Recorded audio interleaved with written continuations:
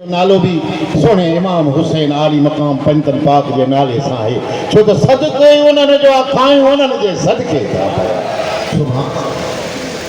पानी भी शरबत भी जूस भी सबील हज़रत इमाम हुसैन अलैहिस्सलाम जे खिदमतगारनि जे तरफ़ां इहतमाम कयो वियो आहे। अल्हम्दुलिल्लाह असां भी पियंदासीं तव्हां भी पियो था ऐं उन्हनि जे तरफ़ां दुरूद कुदसी 20 लख यानी खिदमत सां गॾु वरी हे रूहानी खिदमत भी उहे भी कम शुरू आहे बताइए समझो तुरको मुला है रुगो बंद खाए न बाबा साहब जे कम सां लॻा पिया आहियूं तूं पंहिंजी फिक्र कर पंहिंजी गणती कर सुभान अल्लाह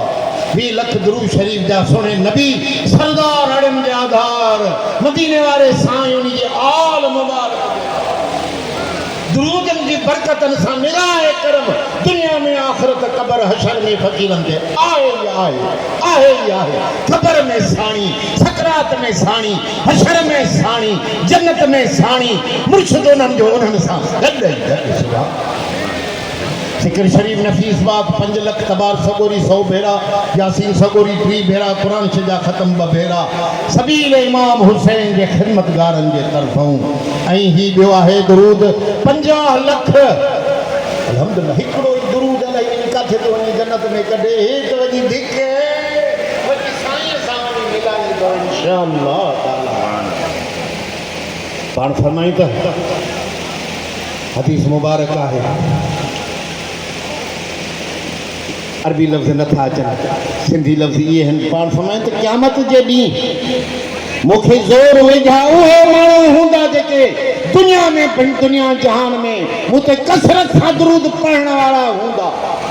सुभान अल्लाह ईअं फरमाइनि हा कसरत सां क़ुरान जा ख़तमा कढण वारा हूंदा कसरत सां नफ़िल पढ़ण वारा हूंदा ईअं बि त फरमाए सघनि था न मालिकान जेको वणे सो फरमाए सदको वञास असांजा कम ठाहे छॾिया पाण फरमायो त जेके क़यामत जे ॾींहुं मूंसां ज़ोर वेझा हूंदा फ़कीर अदब जो ख़्यालु करिणो पवंदो कुझु शर्तनि उहे बजा आणणा पवंदा मुंहिंजा सोणा इंशाअल्लाह थोड़ी बेख्यालो दुरूद पढ़जे वो तो वजीफन में इहो लिखियो वियो आहे त बेख्याली न पढ़जे तवज्जो ॾेई पढ़जे त वजीफे में को नूर ऐं असर पैदा थिए दुरूद में को यार जो हिस्सा कोन बेख्यालो दुरूद पढ़ तभी तुंहिंजा मलाइक दुरूद खणी पहुचाईंदा सरकार तोखे कब्र में भी दुरूद कम ईंदो त क़यामत ॾाढ़ी कम जमात कासबिया कोठ अली मुराद बारेके जे तरफों कोस्तान वारा अल्लाह उन्हनि जूं ज़मीनूं उन्हनि जा घरड़ा पंज रहमत वारे मींहं सां सदाईं आबाद करे दिलियूं भी आबाद हुजनि 50 लख जो दुरूद शरीफ जो नज़रानो ॿिनी जहाननि जे सरदार जे हवाले